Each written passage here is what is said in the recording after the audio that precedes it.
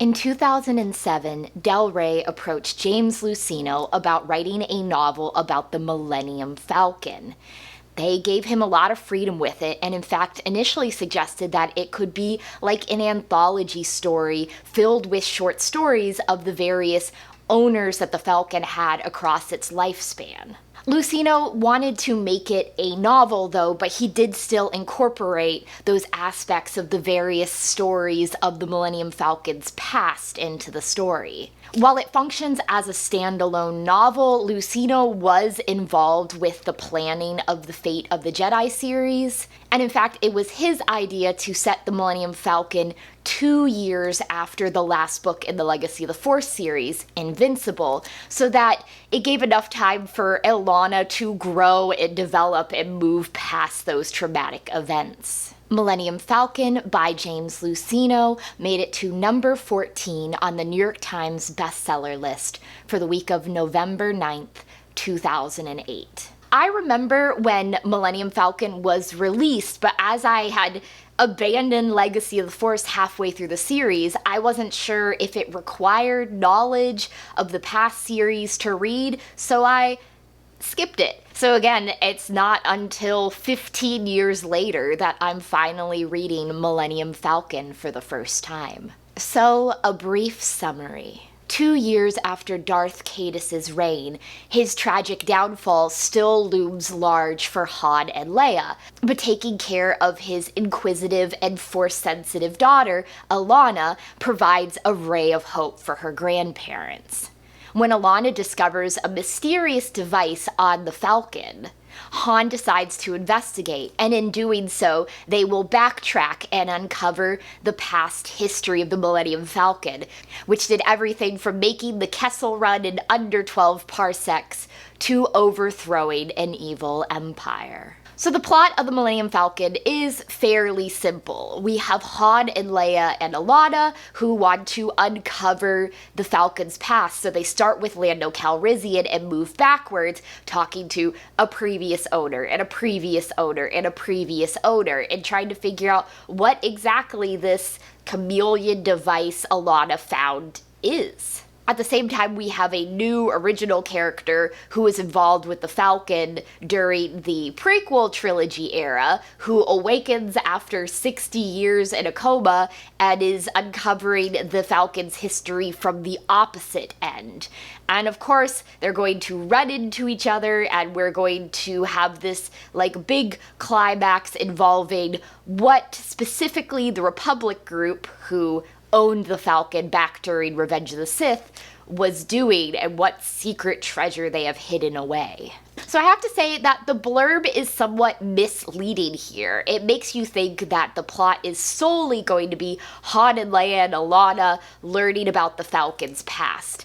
And it is, but that's not all of it. In fact, Han and Leia and Allana don't really show up in the book until chapter 7 out of 32, and even then we keep cutting away from Han and Leia and Allana to Jadak, the prequel era character, who's also searching out what happened to the Falcon, which at that point in time was known as the Stellar Envoy.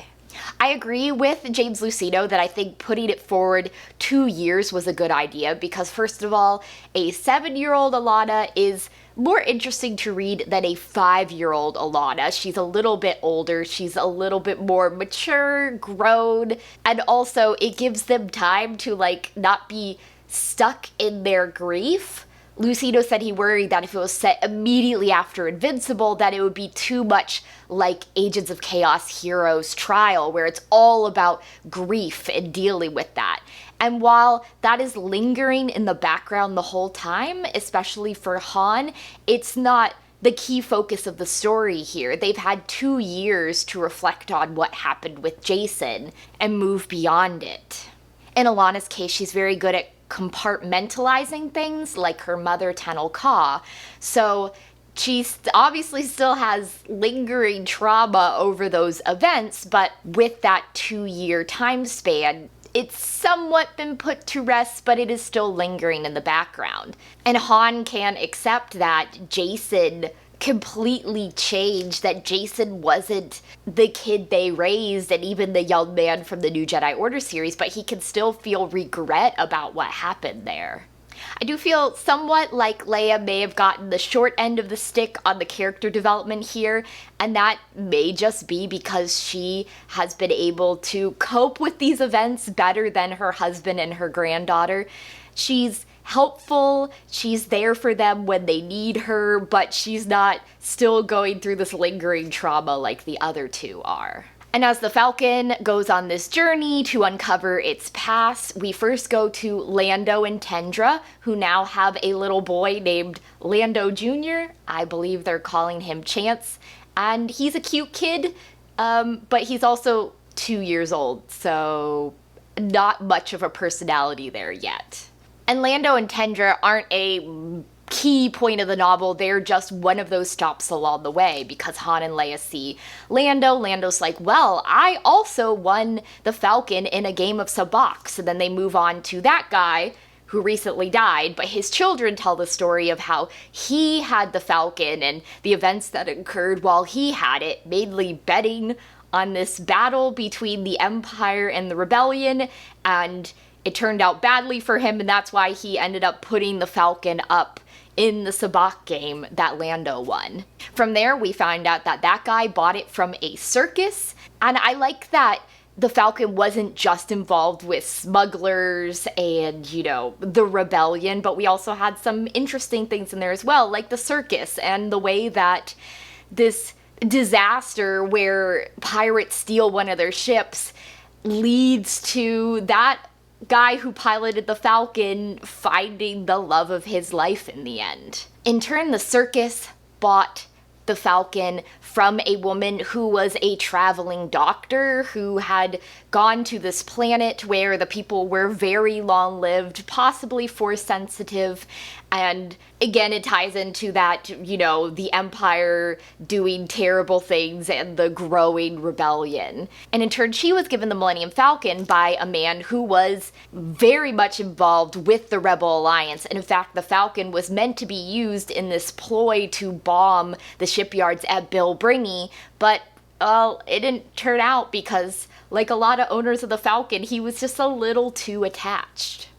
And that's as far as Han and Leia uncover until we get to that climactic bit. So at the same time all this is going on, we have the plotline involving Jadak, who worked for the Republic Group, which was like an offshoot of the delegation of 2000 who were opposed to Palpatine's growing power during the Clone Wars. And this is the way that Lucino explains why you can see the Millennium Falcon during the Battle of Coruscant. I think the true answer for why you can see it is that for the special effects team, that was just a fun cameo, but then you're like, okay, well, we have to have an explanation. So the explanation was that they were coming there to drop something off for the Republic Group, and then in turn, they were given that device. I mean, they don't know about it, but the Jedi put it on board, that would lead them to the place where this treasure that would restore the honor of the Republic is. But unfortunately, in leaving the Battle of Coruscant, Jadak and his co-pilot are being chased by clone troops. They head off for Nar Shaddaa because they won't be able to make it to their actual destination, Topperwa, which again is a very important Rebel Alliance location leading up to A New Hope. And in Nar Shaddaa, he crashes the Stellar Envoy. His co-pilot is killed, he is stuck in a coma for 60 years, and he awakens on Obroa-skai, and he has this 60-year gap. It a little bit reminded me of that movie with Mel Gibson from the 90s, Forever Young, where he's cryogenically frozen and wakes up decades later. And Jadak is obsessed in a similar way with finding out what happened to the Stellar Envoy, getting his memories back. He ends up going to Nar Shaddaa, connecting with a young thief whose name is Post, and then they sort of figure out what happened to the Stellar Envoy after that Nar Shaddaa crash, that it was fixed up and sold to a member of Black Sun who went to pick up buzz droids and everything went wrong, and then he got arrested by the Empire, and then the ship was being held by the Empire, and that's when the Rebel Alliance stole it after years to use for their stuff. And so I can see why Lucino has Jadak here to give us that prequel era story explaining its place in the Battle of Coruscant and then adding this like treasure hunting aspect. But maybe because Jadak is a new character to me and I don't have a close personal connection with him like I do with Han and Leia and Allana, I wasn't as interested in his story, and in fact, I felt like we spent more time with Jadak's story than with Han and Leia in the end. So every time we cut away from Han and Leia to Jadak, I was like, no, not him again. Go back to my favorite trio, not this dude in the random thief he picked up, you know, however nice they may be in the end. And of course, we can't have the story without an antagonist. And in a way, Jadak is sort of an antagonist in that he's trying to find the Falcon and he wants to take it away from Han and Leia. He wants it back. He wants to find the treasure. But he's not really an antagonist. And once they all run into each other, they end up joining forces. Instead, the true antagonist is this lawyer who, again, was there from, you know, prequel era onward. He's old, he knows everyone, and he was told the story of the treasure that would restore the Republic honor, and he wants it. So he's the reason that Jadak is still alive after 60 years in a coma. He's been paying for him to be kept in a hospital, to be kept alive, rejuvenated, you know, to the point that he's in his 90s, but he really doesn't look it. And Oxic is lurking behind the scenes, just waiting for Jadak to get his memory back and to find the location of the treasure so he can swoop in and get it, because he likes to collect pieces of Republicana. I guess after the Yuuzhan Vong especially ran around and destroyed anything, there's people that just collect stuff from the old Republic.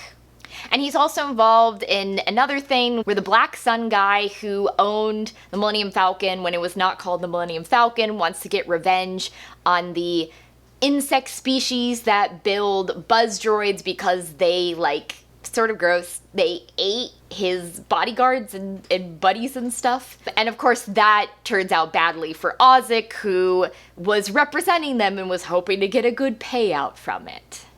So my first issue with Millennium Falcon is, I already touched on it in the characters bit, but just the fact that Jadak is such a huge part of the book, and compared to Han and Leia's plotline, I felt like his plotline overtook theirs. And this may have been a blurb issue, where I think if the blurb had stress that we're not just following Han and Leia on this journey, but that, like, a key part of the novel is Jadak getting his memories back and chasing after what happened to the Stellar Envoy, I might not have been so bummed about this. But yeah, the fact that I was promised a, like, Han and Leia and Allana investigating the Falcon's past, and they did, but that was only really half of it, and the rest of it is Jadak and Oxic paying for everything and trying to figure out. I did find that a little disappointing. My second issue is just, again, Jadak related, but all that stuff with the place on Obroa-skai to keep people, like, rejuvenated past the time that they should still be healthy and with it. Maybe because we haven't really seen a lot of that up to now, but there were parts where that stuff sort of threw me out of the story at times, because I guess my brain was just thinking of the parallels to, like, non-Star Wars media. So we would have, you know, like, oh, well, you'll clone organs and replace that, and this and this and this, and the fact that there's this guy who was alive during the prequel trilogy. And I'm not even talking about Jadak, I'm talking about Oxic. And, like, how much knowledge does that person have? And, like, why haven't they shared it with others? Because it does still feel, to a certain extent, that part of our main characters not knowing what happened in the Old Republic area was a result of the fact that the prequel trilogy wasn't made until the early 2000s. But at the same time, now that it's finished, now that Revenge of the Sith came out 3 years ago, I still feel like having characters who know that much about the Old Republic, who are still alive at this point, like past everything that happened with the Yuuzhan Vong, which would have been, I think, a very viable time to kill them off, surprises me, and then just makes me overthink everything I'm reading. And finally, my third issue with Millennium Falcon related to the climax. So the whole time, Jadak is chasing this treasure, whatever this is that will restore the honor of the Republic. And he doesn't know what it is, and Oxic apparently knows what it is, but didn't tell anyone, whatever.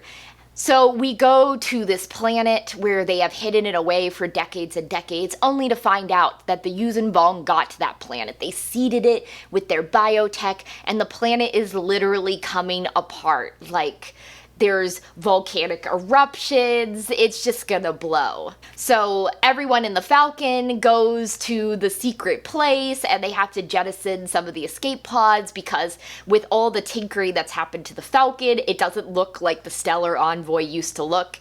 And then it descends them down, and then they find out that Oxic followed them, and the thing to restore the honor to the Republic was the symbol of the Republic that used to stand on the Supreme Chancellor's podium. And it was made out of priceless metals, and it's just the piece of Republicana that Oxic has always wanted. But it's a fake. It had been replaced with a fake, and apparently that fake replaced another fake, so it's worthless. And with not very much of the book left, Oxic is like, "Hey, Jadak, you want a job finding treasure?" And he's like, "Yeah, cool." And they all jump on Ozic's yacht and fly away and leave the Millennium Falcon. It looks like they're in danger. It's not a good scenario. And I guess after the things that Jadak did to help the Millennium Falcon to get to this point, I was surprised he would just be like, "Yeah, see ya." Dude, I expected better of you. And then the Falcon, they get out, it looks close, and then the planet blows, and that's it. And I felt like maybe it's realistic that the treasure you've been searching for is a fake all along, but it just felt it fell a little flat for me, that I was like, this is the climax we've been building towards. The restore the honor to the Republic is a symbol, and it's not even the priceless symbol that we've been promised. It's a fake, which I think says a lot about the state of the Republic at that point in time, that they go to such effort to save something and it was a fake all along because, the Republic is rotting from the inside due to corruption and bureaucracy and Sith nonsense. But for the ending of the book, where you want something exciting, you're like, oh, huh?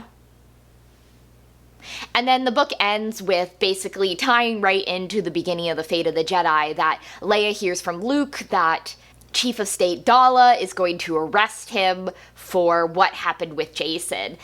And I did feel a little bit really? It took her 2 years to come to this decision to arrest him for this. I think this is a little bit where setting Millennium Falcon 2 years later, I don't know if originally Fate of the Jedi was also supposed to be set immediately after Legacy of the Force, but from what I know of Daala, I'm surprised that she waited that long to do this action, but whatever. But it just, yeah, it was a little disappointing to me. I guess I was expecting excitement and adventure, and then for the ending to just be that was oh, okay. Did not expect it to go there, and it just didn't feel like the amazing ending to this fun journey that I was hoping for. I mean, it does fit right into the first Fate of the Jedi book, though, because the Millennium Falcon is jetting off to Coruscant to rescue Luke again. So in short, Millennium Falcon is a fun side adventure into the Falcon's past. We get the answer of what the heck was it doing during the Battle of Coruscant in Revenge of the Sith. But we also get to hear the personal stories of a number of people who own the Falcon before Lando and Han ever did. I was really interested in Han and Leia and Allana's plotline here. However, while the blurb suggests that they are the key focus here, I would argue they're not, and instead the prequel era character of Tobb Jadak is more so than them the main character here. So your mileage may vary. If you are up for following along this original character as he tries to get his past back and retrace what happened to the Stellar Envoy, you may like Millennium Falcon a whole lot more than I did. But in the end, I felt like it was good. It wasn't great. I think that's primarily because of how much of the story was devoted to Jadak when I went into this really wanting just 100% Han and Leia bonding with their granddaughter. And they did, but again, that wasn't the whole book. So next time I'm going to be starting the Fate of the Jedi series with the first book by Aaron Alston, Outcast.